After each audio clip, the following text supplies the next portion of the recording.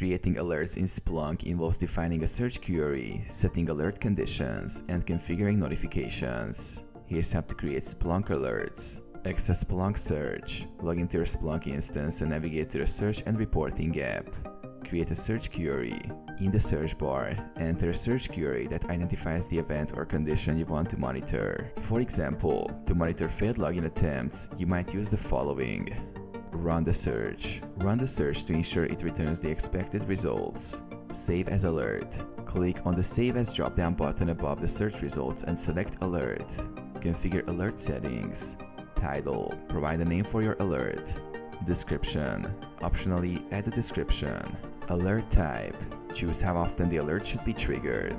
Scheduled. Runs at specified intervals. Real time. Triggers as soon as the condition is met. Trigger conditions. Set the conditions under which the alert should trigger, such as number of results more than 0.